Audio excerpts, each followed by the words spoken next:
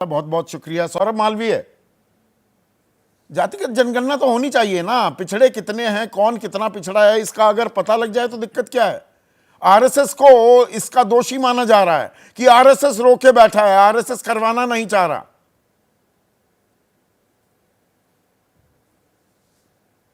संदीप जी, ये जो बयान है राहुल गांधी का, और अभी जो मनोज जी कह के गए, और मनोज जी जरा बुद्धिजीवी राजनेता के रूप में जाने जाते हैं, लेकिन गोलवलकर जी का स्टेटमेंट उन्होंने कहां से रेफरेंस लिया, ये उन पर संशय हो रहा है। खैर, वो जा चुके हैं इसलिए अब उनका जिक्र नहीं। लेकिन संदीप जी, ये बहुत स्पष्ट है कि इस देश में जब भी विकास की नीति की बात की जाती है, जब भी योजनाओं की बात की जाती है, जब भी देश को 1947 से लेके विकसित भारत और 2047 के विजन रखा जाता है, तो कुछ ना कुछ इनके पेट में दर्द होता है। क्यों दर्द होता है? उसकी सिर्फ एक ही कारण है। वह कारण है कि राज सत्ता से विमुख होना, सत्ता से बाहर रहना, ये इनको स्वीकार्य नहीं है। आज देश के राष्ट्रपति, आज देश के प्रधानमंत्री ये हजम नहीं कर पा रहे हैं।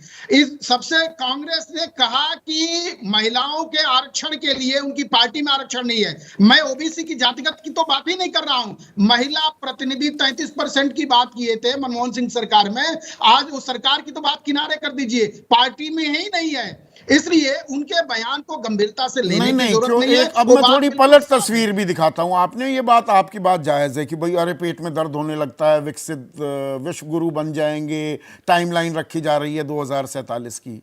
क्या ये सही नहीं है? 2022-23 का आंकड़ा है, जो देश के टॉप 1% लोग हैं, 1% सबसे ऊपर का वर्ग, उसके पास देश की 40% संपत्ति है। 40.1 अगर एग्जैक्ट अमाउंट दूं।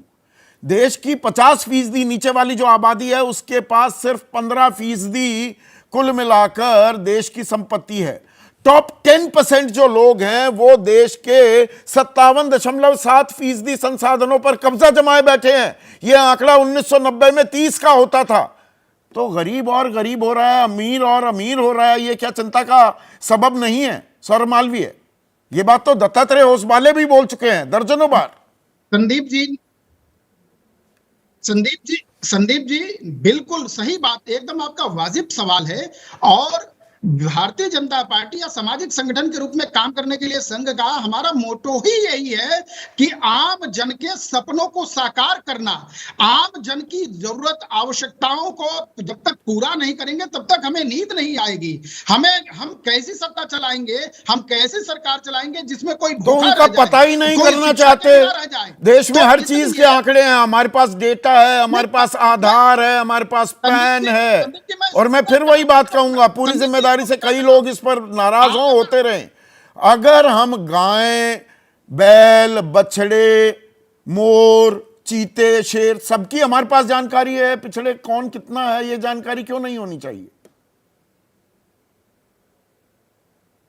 संदीप जी, वही बात आपसे मैं कह रहा हूं कि आम जन के लिए और समाज के सबसे पीछे अंतिम पंक्ति में जो व्यक्ति खड़ा है, उसकी चिंता करना, उसको मुख्य धारा में लाने के लिए सरकार काम कर रही है। इसलिए सभी सरकार की योजनाएं हैं। गणना होनी चाहिए ना, गणना होनी चाहिए ना। ये तो पता हो किसको कितनी हिस्सेदारी देंगे। कौन कह रहा है घटना के पक्ष? सबकी हिस्सेदारी बराबर, सबकी साझेदारी बराबर। नंबर ही ना पता हो तो कैसे करेंगे? पर आखिर इस देश में ये बिल्कुल पता होनी चाहिए। उस समय आ गया है संदीप जी। इस देश को आप तो सरकार को करना चाहिए। इस बात को जानते हैं कि तो सरकार को अभी जनगणना शुरू नहीं हुई, जातिगत जनगणना भी जोड़ देना चाहिए ना उसमें। संदीप जी, हर चीज एक कांग्रेस की सरकार नहीं है ना। 370 गया, आप देखिए वक्फ बोर्ड का कानून विधेयक, तो मतलब आप कह रहे हैं कि समान नागरिक हर चीज का वक्त होता है, वक्त आ गया है जातिगत जनगणना का, वो भी हो जाएगी।